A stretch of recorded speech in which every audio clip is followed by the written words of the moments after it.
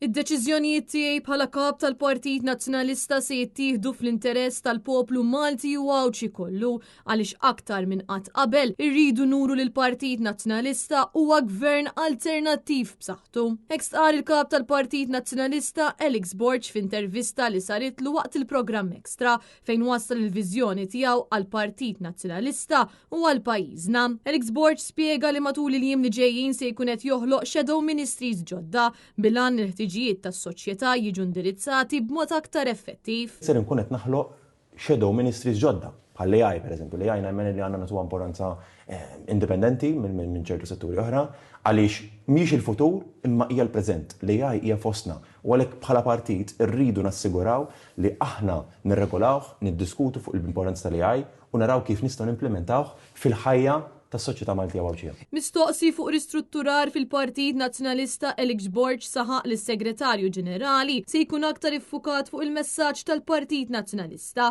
fil-waqt li tkellem fuq kif il-medja tista' tissaħħaħ. Rigward is-CEO dan ħajkun fih dan il-Partit Nazzjonalista u r-rol tiegħu ħajkun ir-rol finanzjarju u kummerċjali tal-partit biex naraw illi il-partit isir iktar effiċenti u nibdew naraw iktar dħul effiċenti fih dal-Partit Nazzjonalista. Llum nafu Karl illi l-partit għandu portafoll enormi ta' assi illi ħafna minnhom jew dormant, jiġri totalment ma nużawhomx magħluqin każini, jew inkella qed nikruhom taħt il-market value tal-pajjiż.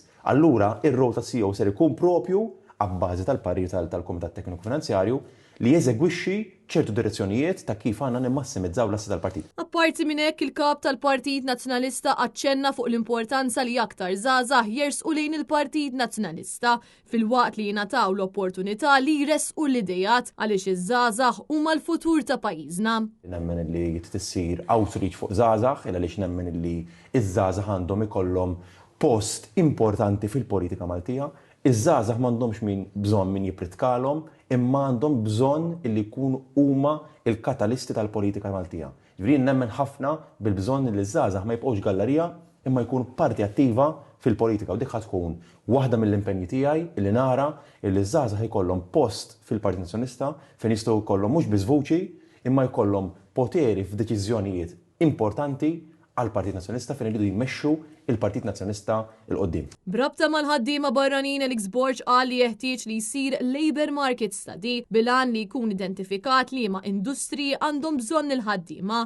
Dan apparti li saħaq fuq l-importanza li jsiru inizjattivi sabiex il-Maltin jaħdmu f'ċertu setturi. Nemmen li jistgħu jsiru ċertu inizjattivi biex jinċentivaw il-Maltin jidħlu f'dar il-wol. Fil-fatt waħda mill-proposti tiegħek propju illi min irid jidħol jistudja għal nurses, healthcare practitioners, carers, nollulhom l-istipendju minn stipendju normali kif nollum għal paga minima nazzjonali biex ninċentivaw il-Maltin jidħlu jistudjaw għal dawn is-setturi. Apparti hekk, fl-aħħar sentejn tal-kors tagħhom niggarantulhom li ndaħluhom apprentistat fis-servizz pubbliku tas-saħħa.